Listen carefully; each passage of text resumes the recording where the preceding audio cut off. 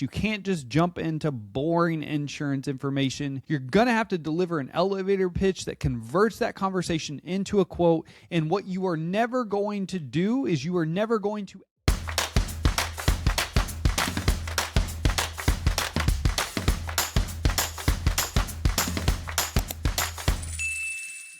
Hey, welcome to the Insurance Buzz. I am your host, Michael Weaver, and I am flying solo today. And I want to talk about how to start converting more calls and contacts into actual quotes and conversations. So I'm going to be talking about the number one mistake I see most sales professionals or sales producers do in that initial call, and somebody answers and they struggle getting them actually converted to a quote in conversation. That is what today's conversation is all about, because to be able to close the business, to be able to actually turn them into a paying customer, you have to get really good at even getting them to convert from a contact to an actual quote and conversation. You have to do a really good job of getting them interested in even being willing to have a conversation with you. Just like I say, time and attention is your most important asset, it is also your customer's most important asset. So you are going to have to do something to intrigue them enough to have a conversation with you, to generate curiosity, and you're going to have to keep it super, super simple. So what I would say is the number one mistake, this is what not to do, is when you are making your call, and I'm actually going to work through your elevator pitch right now today. By the way, I'm going to help you perfect your elevator pitch. But when you're making your call to an internet lead, to a referral, to a cold call, to an X-date, to a win-back, whatever, you have to give them some type of reason to stay on the phone with you. You can't just jump into rates. You can't just jump into boring insurance information. You're going to have to deliver an elevator pitch that converts that conversation into a quote. And what you are never going to do is you are never going to ask them if they would be interested. You are never going to ask them if they would be open in a quote, to getting a quote. You're never going to do that. Eliminate that from your vocabulary. The best thing you can do is always assume the quote and assume the conversation. So let's just break down your elevator pitch right now. So when it comes to your elevator pitch, and I'm talking about your P&C sales, this is the elevator pitch that you are making every single day on your calls to internet leads, to referrals, whoever you're talking to, whoever you're calling. This is the thing that you have to become the absolute master at. This is that 15-second commercial that is going to get them hooked into a conversation and actually staying on the phone with you. So what an elevator pitch is, an elevator pitch is a quick 15-second, maybe less, of who you are, why you were calling, your big, bold statement, and assuming the quote, assuming the conversation. That is going to be the four things that your elevator pitch is made up of. So, hey, my name is Michael Weaver. I'm from XYZ Insurance Company. I was giving you a call today on your auto insurance because I just received some information that you were looking for a quote, and everything came back looking amazing. I've actually been able to help out the last 9 out of 10 people I've talked to in your zip code real fast. It looks like your address is 123 Main Street. Is that correct? What do you think about that? I said who I was, where I was calling from, XYZ Insurance Company, why I was calling. I'd received some information. You were looking for an auto insurance quote. Everything came back looking great. Actually, I've been able to help out the last 9 out of 10 people I've talked to in your zip code. There's my big, bold statement. Now, real fast, it looks like your address is 123 Main Street. Is that correct? I always like to assume the conversation with going for the immediate yes. Hey, is your address 123 Main Street? A lot of you like to verify the car information. Hey, it looks like you have a 2024 Tesla and a 2022 F-150. Is that correct? Yes, we're going for that immediate, simple yes. But real fast, before we get to the yes, does that make sense what I just did? Who I am, my name, and the insurance company, why I'm calling. My big, bold statement. I didn't say I saved them money. Now, I have no problems with you also bringing up saving money in the elevator pitch to get them hooked. I just don't want saving money to be said again in the entire conversation. But you have to do whatever you have to do to get them intrigued and interested in a conversation with you. Just because you intrigue them by saving money doesn't mean you have to save money. But did you hear the big, bold statement I said? I've been able to help out the last 9 out of 10 people I've talked to in your zip code. Real fast is your address 123 Main Street. I didn't say save money. I just said help out. I just said help out. Go ahead, rewind. Check it out if you don't believe me. So who I am, why I'm calling, big, bold statement, and then I assume the conversation. Hey, your address is 123 Main Street, correct? I'm going for that immediate yes. I want to get that immediate yes knocked out.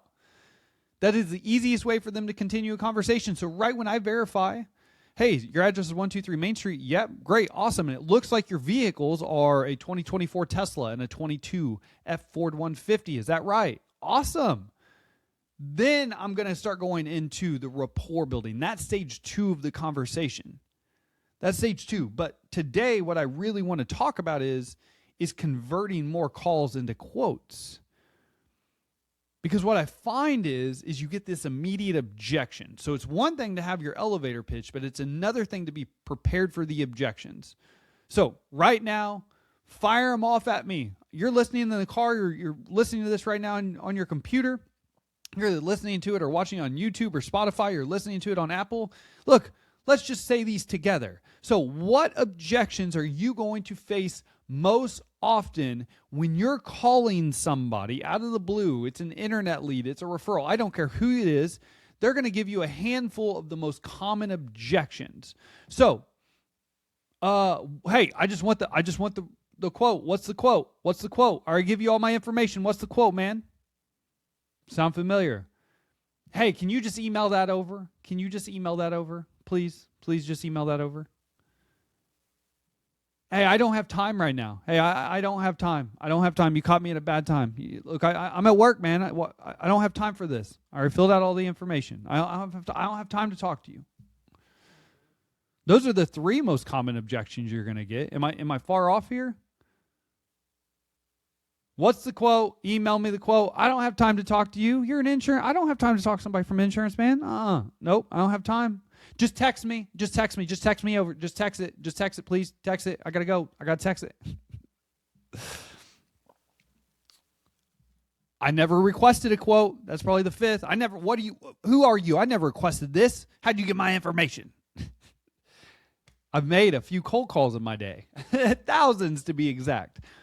Does that sound familiar? I would say those are the 5 most common objections you're going to receive when working internet leads, cold calls, referrals, centers of influence. It doesn't matter. Like, that's just what they're going to say. I already got my insurance taken care of, man. I'm good. That'd be the 6th one. I'm good, man. I'm good. Okay, so let's talk about how to do this in a strategic way. So how do you overcome an objection? I like to overcome an objection. So I'm going to teach you 2 different methods here. So you can use the Feel Felt Found method. That's an old school. I learned this from Brian Tracy, OG. Shout out, bro. You're my mentor and you didn't even know it. I learned this one. Feel Felt Found. Hey, I understand how you feel. Most customers have felt the same way when I called them out of the blue. However, what they found is, just like I told you up front, I've been able to help the last 9 out of 10 people I've talked to in your zip code. The good news is I only need a few minutes right now to verify some information. So real fast, looks like your car is a 2024 Tesla. Is that correct? Or, hey, it looks like you're the only driver in the household. Is that right? I'm going for the immediate yes again. So what I'm going to do is, hey, I understand how you feel. Most of our current customers felt and told me the exact same thing. However, what they found is just a few minutes on the phone, just like I've been able to help out the last 9 out of 10 people I've talked to in your zip code, I was able to help them out as well. So real fast, and I just go into it. Helpful. Now that's an old school way to overcome objections. I understand how you feel. A lot of my current customers felt the same way. They weren't customers. They were in your situation. However, what they found is, and then you go straight into it. You assume. You just assume the process. You assume the conversation. That's one way. The second method I'll teach you. And I teach a couple different methods. We just actually did a new course called the P&C Sales Accelerator course, because I know most of you are tired of subscription-based training and coaching programs. I get it. Most of you are like, Michael, I just want something that I own, that I can train my team on. So we just created this for you. We just created this for the P&C sales, for anybody, your current team struggling, your new hires, you hiring new people, you need help. Make sure you click the link below and check it out. It's a one-time purchase. You own it forever. It has our 10-day new hire training program in there. It has our multi-line sales conversation. It has closing techniques and ways to overcome objections. It's a process from start to finish. In my opinion, this thing is a no-brainer for every single one of you that are an agency owner. If you're tired of relying on third-party subscription-based models to train your team, and this is something that you can just implement and you own forever, it's a one-time purchase, there's no way you don't make your money back on this, and it's not a subscription model. So anyways, that's why I'm talking about this today, is because we've been in the freaking trenches creating this new program. It is bad to the bone, by the way, and I was teaching on this as part of it. And so I teach a few different ways to overcome objections. So just not these two ways, but multiple. And so the other way I want to share with you right now is what I call the AAA method. So the AAA method is we're going to agree, we're going to address, we're going to assume. Agree, address, assume. So when it comes to agreeing, addressing, and assuming, hey, I'm with you. I know that you don't have very much time. Hey, I'm with you. I know that you're in a hurry. Agree. We're not going to get combative. We're not going to be like, well, why did you answer the phone then? If you're in that big of a hurry, why'd you answer the phone? We're never going to get combative. Hey, I'm with you. I get it. The good news is I'll be quick. Agree, address. Hey, I know that you're in a hurry. Here's the good news is I'm going to be quick. I'll be fast. You have my word. So real fast, assume, real fast, bam. Hey, are you the only driver in the household? Great. And then we're going to go into the rapport building phase. So this is what I can't teach you in this episode. But in that new P&C Sales Accelerator course that we do the conversation from start to finish. We cover prospecting all the way to the finish and the follow-up and everything in between. So make sure you click the link below, check that out. But that's the biggest thing I wanted to work with you today on is either, hey, feel, felt, found, or the AAA method. Doesn't matter. You can use both of these with any objection you hear to overcome it. And the trick here is we're always going to assume the conversation. You're never going to ask them if they want to quote, if they'd be open to it, if it would be okay. Hey, I get that you're busy. When would be a good time to call you back? You're never going to, newsflash, if you're new to sales, if you're new, they're never going to answer the phone call. They're going to ghost you. They're letting you down easy right now. Hey man, I'm busy. Just call me back. You know what? They're going to ghost you. They're going to ghost you. This is just a news flash. You're the professional. You control the conversation. If they were busy, they wouldn't have answered the phone in the first part. If you're busy, do you answer your phone? No, because you're busy. If they were busy, would they have answered your call? No. They just don't want to talk to you because you're in insurance. It's normal. Don't take offense to it. It's okay. It's just what it is. You have to be professional enough to overcome that objection and make it easy on the customer. I'm going to make it easy on you today. I'm going to make it easy. I'm going to make it easy for you. Just need a little bit of information real fast while I got you. Real fast. And you assume. You assume the conversation. You assume the quote. Now, there's going to be differentiators that you have to do in the conversation that's going to set you apart from other companies, from your peers, from people that really don't know what they're doing, even though they have a license, people that have never, ever trained themselves, somebody that doesn't care about development. That's where you increase your skill set and you're different and you will crush the competition.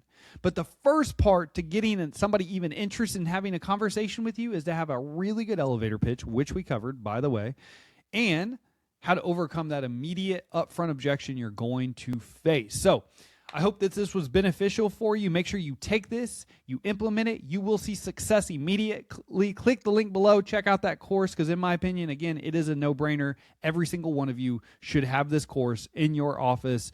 One-time purchase. That's it. Other than that, as always, time and attention are by far your most important assets. I appreciate you hanging out with me today on The Buzz. Go out and start converting more of those conversations or contacts into quotes and conversations. I'll see you on the next episode.